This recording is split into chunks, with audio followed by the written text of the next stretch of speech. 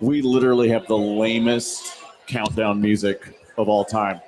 What's going on, Abs faithful at number 38? Hello, anyone? Bueller. Is anyone at number 38 paying any attention to us whatsoever? There we go. That's what I like. Abs faithful, how we doing? We getting ready for game one against the Dallas Stars. My name is Nate Lundy. That is Shawn Drotar. That is Brennan Vogt. We are from Mile High Sports as well as Hockey Mountain High. We are here to get you ready for the Abs game. Now, we really don't want this game to go to overtime because we're already delayed right now on the puck drop for the Avalanche. First and foremost, Abs fans, if you have not been paying attention to your phone, Gabe Landeskog is not playing this evening. Gabe is not playing this evening. But here's the best part about it. He is a healthy scratch. Right. And those two words mean a lot as we get ready for game two. We get ready for game three, ultimately here at Ball Arena on Wednesday night. Shawn, are you surprised he's not playing? No, not entirely. Nate, you and I talked about this. Anyone who's seen the new Mile High Sports studio right on that side of the building, Nate and I do Mile High Sports Today every day right here from 38. And we talked about this possibility because obviously the Avs have an awful lot of depth right now. They have an awful lot of talent. And when you're talking about Gabe Landeskog's return, it's probably going to be on the third line eventually so they can limit his shifts and limit his exposure. So I'm not totally shocked by this. That tells me also, by the way, if he's not playing in this game, fellas, the debut will probably be game three. If you wanted to see what Gabe Landeskog could do and you brought him to Dallas, you were going to play him right now and find out. That lets me know more than likely you will see him in game three and get maybe one of the loudest cheers you have ever heard in Ball Arena when he takes the ice. Well, I'm convinced, regardless of when he takes the ice at Ball Arena, Brennan, it is going to be the loudest that arena has been in its history because of how much the fans have been waiting to be able to see the Nuggets NBA championship on that floor pretty good. I've been at rock concerts there that are not going to be as loud as what it is in that particular case. Brennan, same question for you. Are you surprised that he's not playing, or do you think that Bednar made the right decision? Definitely not surprised. He's given the way that he played last weekend in Loveland, I think he looked great, but he needs to ramp up. He needed to get his legs under him. So he just needs that little extra cushion to get up to playoff speed. Brennan, you were there in the arena. You saw him when he was playing. Did you see the guy that you wanted to see? Did you see the guy that you expected when he played those two games for the Eagles? I saw exactly what I wanted to see. He was making more contact. He was doing it along the boards, and he was getting more physical, things that he wasn't able to get during practice at all. Yeah, I would say, again, from everything that we saw, from the stuff that we saw from the outside, the footage that we saw, the fact that he got the goal and the assist in the second game was obviously a really big deal. So let's go ahead and get beyond that. Captain not playing tonight, but I'll tell you what, when you look at the lines that this team has, and then you talk about the injuries that Dallas has. Brennan, I want to start there. We knew Heiskanen was going to be out. But then all of a sudden this week we find out that they're also going to be without Jason Robertson. So talk to me about the difference that those two guys not being there for Dallas makes for this Dallas Stars team. Well, Heiskanen's going to be a big one. And he's listed as day-to-day as far as I know as of this morning. He did skate today in a non-contact jersey, but he hasn't had a conditioning stint. He hasn't had any of those things that we talked about with Gabe Landeskog. They think he's day-to-day, but if he plays in this series, they're just going to have to throw him on the ice. Yeah, so he like you said, he did skate today. For Dallas, that's encouraging, but not for the Avalanche, of course. Yeah, no, not at all. But I would also say this, when it comes to Heiskanen, I mean, obviously the second leading point scorer, and from a defenseman standpoint, even though he only played 50 games, he got injured back at the end of January.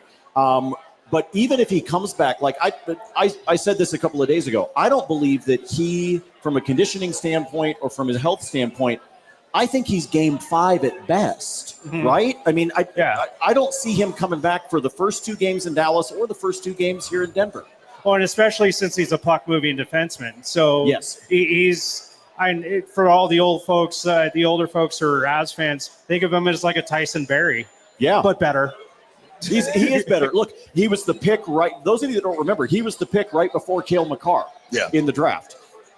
He went third. Makar went fourth. And he received Norris votes last year when Makar won his. Yes. So he is that good of a defenseman. But the fact that he is hurt right now, he is a puck-moving guy, as Brennan just said. But I think that given that and given the injury that he's dealing with and given the fact that it's been all the way since the end of January, where he has not been able to be a participant with this team. That's why I say I think we're looking at Game 5 at best. And I still am not convinced we would see him in the first round. Now, Jason Robertson, Sean, was a brand new one. Yes. And highly, highly impactful for Dallas. Well, yeah, he's their leading goal scorer. So Robertson gets hurt in the last regular season game of the year.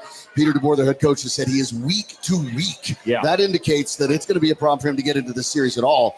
He's not the leading point getter, but obviously he's up there. I'm going to be talking about losing your leading goal scorer, and you're already losing your puck-moving defenseman. Ever since Heiskanen was hurt at the end of January, the Stars' metrics have fallen off a cliff. The shot attempts they've surrendered have become higher. The shot attempts they've had have become lower. Their penalty kill has become much less efficient and effective.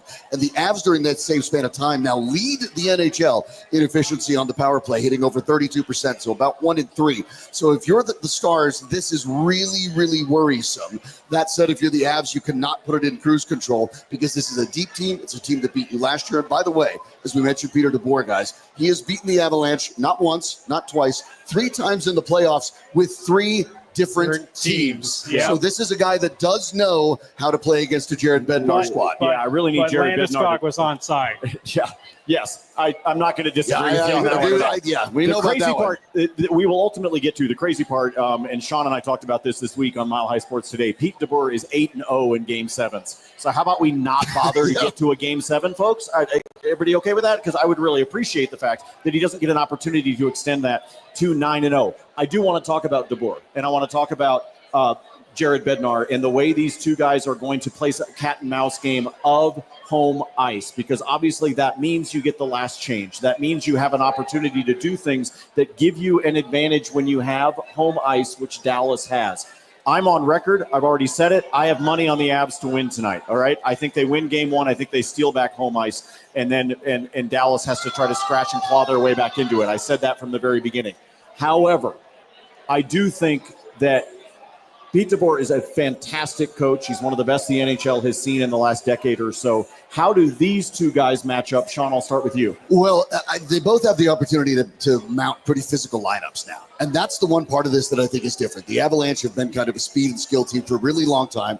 There was a concerted effort this year when trading Mikko Rantanen at the trade line to get bigger and stronger, especially up the middle. So they had Brock Nelson, they had Charlie Coyle, guys that are 6'2", 6'3", 200 pounds, more physicality in the middle. Now the Avalanche could compete with the Stars on a physical level, which is something they've had some challenges with beforehand. So I like that Jared Bednar now, I think, has more tools in the toolbox available than he did last year, and that was even when they had Valeri Nichushkin. So I think there's that part of it is intriguing.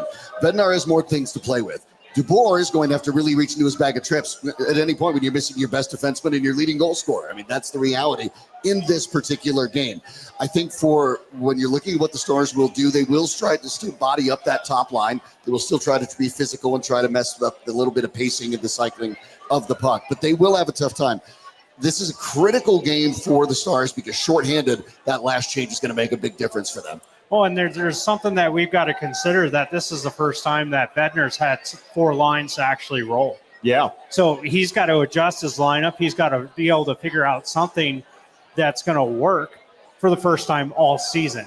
Yeah. So, I mean, that comes from the fact that Parker Kelly's wearing the A for the first time, and well, he wore it last game, but I mean, he's seeing things still this late in the year. So he's still making adjustments. Yeah, and Bednar's been known to do that. I mean, we've watched him do that. We've watched him, Avs fans know that we've watched him make some funky changes. We've watched him switch goaltenders in the playoffs. And we've watched him do those things. Let me share with you the lines for tonight, because I already told you that Landeskog will not be playing. I'm going to skip the top line because I want to talk to you guys about lines 2 and 3 in this particular game for the Avs in particular. Let's talk about Nichushkin, Nelson, Drouin, and then Lindgren and Manson will be the second line when it comes to the defensive pairings. But I want to start on the offensive side with Nichushkin. Oh, we got a good fight going on between Winnipeg and St. Louis. That's the crowd you're listening, the noise you're hearing from the crowd right now. Let me talk about Nichushkin, Nelson, and Drouin. I love this line. As much as I love the Avs top line, dang it, I love the second line that they've got with the way Val and Brock and Jonathan Drouin play together.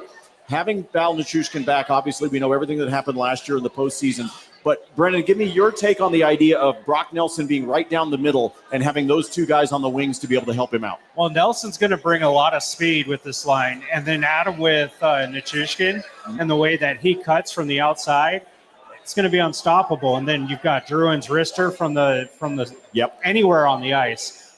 It's a line that you can't really compete with, but Dallas has got 4 lines to roll with. Oh, they do. So, Sean, let me take you from Brennan's second line to the third line with you. Let's talk about Kiviranta, Coyle, and Colton.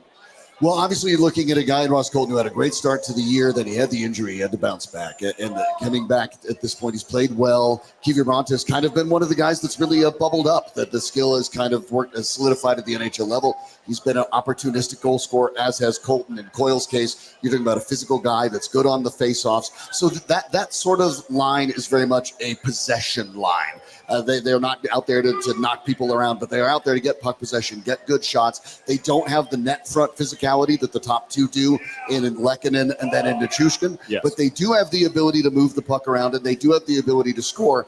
And a guy like Coyle can fill a little bit of that too in a non-traditional manner, because he, even as a center, can get right up into the crease as a 6'3" guy, big body, and he could create a lot of traffic in front of the net too. Now, those of you that are watching on YouTube, X, Facebook, everybody that is here in the crowd, here's where I'm gonna put the ball. Here's Sean. Sean and I are not very good golfers. Okay, that's true. We attempt, but we're not very good golfers. No. But here's where I'm actually going to put the ball on the tee for Sean, and I am going to let him swing at full force. Are you ready for this?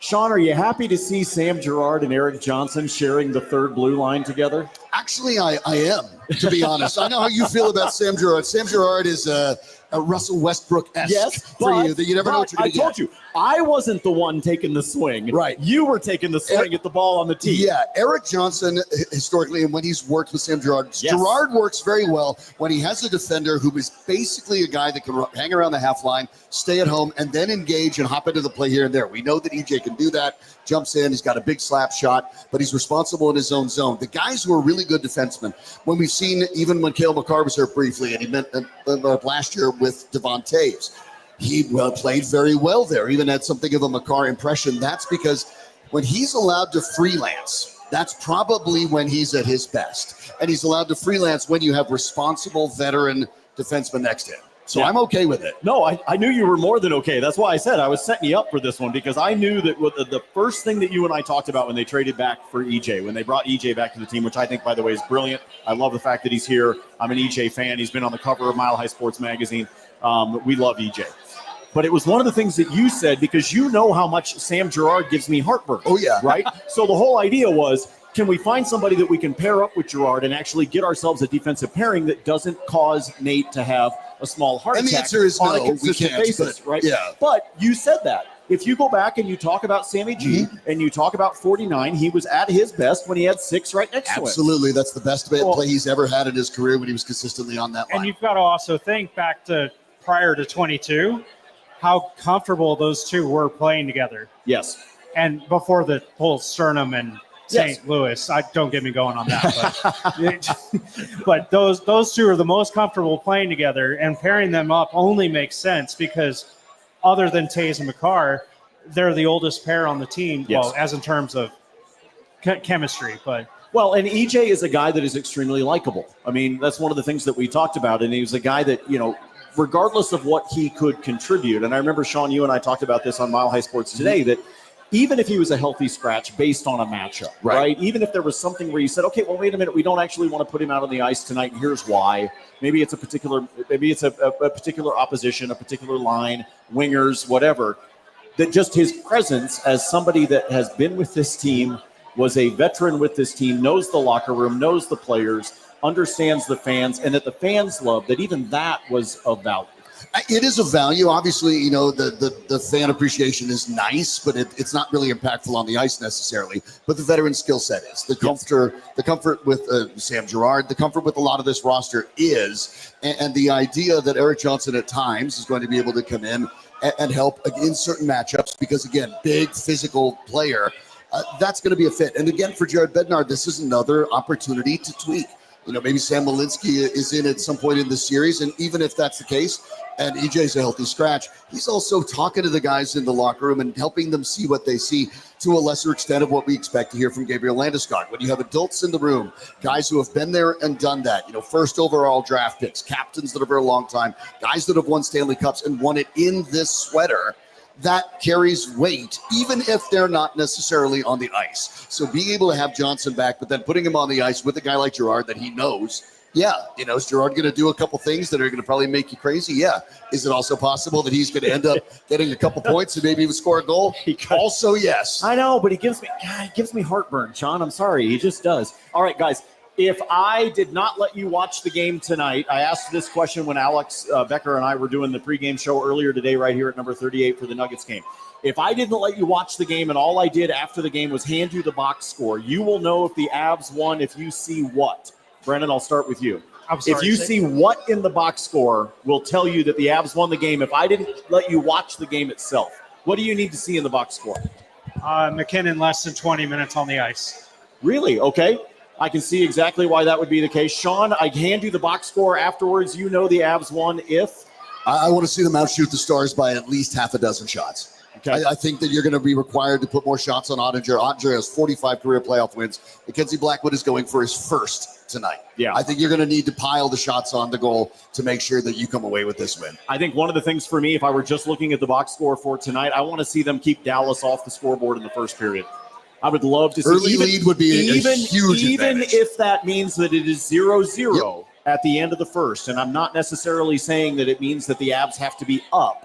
All I'm saying is it would be extremely encouraging if we got to the point where we saw the fact that the Dallas Stars, with everything that they have, even without Jason Robertson, because you've still got Wyatt Johnston, they've still got Jamie Benn, and by the way, Matt Duchene and Mikko Rantanen, scoring right? this year, right? And Matt Duchene's had a fantastic year. Yeah. I got to hand it to 82 Dutchy. points, tops on the team in scoring. Dutchy has had an absolutely spectacular season this year for Dallas, and good for him. I liked him when he was here. I'm glad to see him having some success. Can I tweak that a little bit? Because I am curious. I want to ask you guys the same thing. The Avalanche, especially in the second and third periods since the trade deadline, have been outstanding. It has been the first period that's been the bugaboo. When you guys take a look at the starts to these games, because I think your point is exactly right. 0. What has been going on in the early part of games that has kept the Avs off the score sheet, has kept them from having a lot of good shots? For the most part, why has it taken them so long to get their sea legs in games after the trade deadline, especially when the second and third have been so good? Well, part of me believes that it is because of some of those trade deadlines things. Even though they brought in a veteran like Brock Nelson, even though they brought in a guy like Charlie Coyle from Boston, I still think some of it has to do with the fact that those guys are still somewhat gelling with each other. But I think what happens is they get into, frankly, hockey rhythm. I think they get into rhythm of just being out there on the ice together, and then all of a sudden it starts to feel normal. So I would throw that out there. I think that's part of what it is. But, hey, let's keep them off of the scoreboard for the start of the first period. For everybody that's here at number 38, we're going to get you to puck drop here coming up in about 30 seconds. Everybody that's been watching online, thank you so much. We appreciate you. Make sure that you are over there at HockeyMountainHigh.com, our brand new site dedicated to the Colorado Avalanche. We also keep an eye on the Colorado Eagles and even the DU Pioneers over there at HockeyMountainHigh.com. Also want to thank Shawn Drotar, who, 2 hours ago was up at Folsom Field for the spring game for CU, hightailed it back down here to be a part of it. And my big thanks to my friend, he's out here with a couple of his buddies now, Alex Becker, who has been here with me all day long while you guys were playing around in Boulder, while Brennan was getting ready for the game. Alex was here. Alex was holding it down with me as we get ready for everything here at number 38. Folks, as the Avs faithful get ready to cheer on the Avs in Dallas, I told you, I have my own hard-earned money that says, I bet it, the Avs win tonight against Dallas. Give me a final score, Colorado 4, Dallas 2. For Danny Bailey, our executive producer, for our entire crew that's been here with Mile High Sports all day, remember, we will be here Monday night for both games, and that's important because all of you that are bitching that the two teams play at the same time, the answer is come here where you can watch both of them at the same time. For Brennan Vogt, for Shawn Drotar, my name is Nate Lundy. Go Avs, go.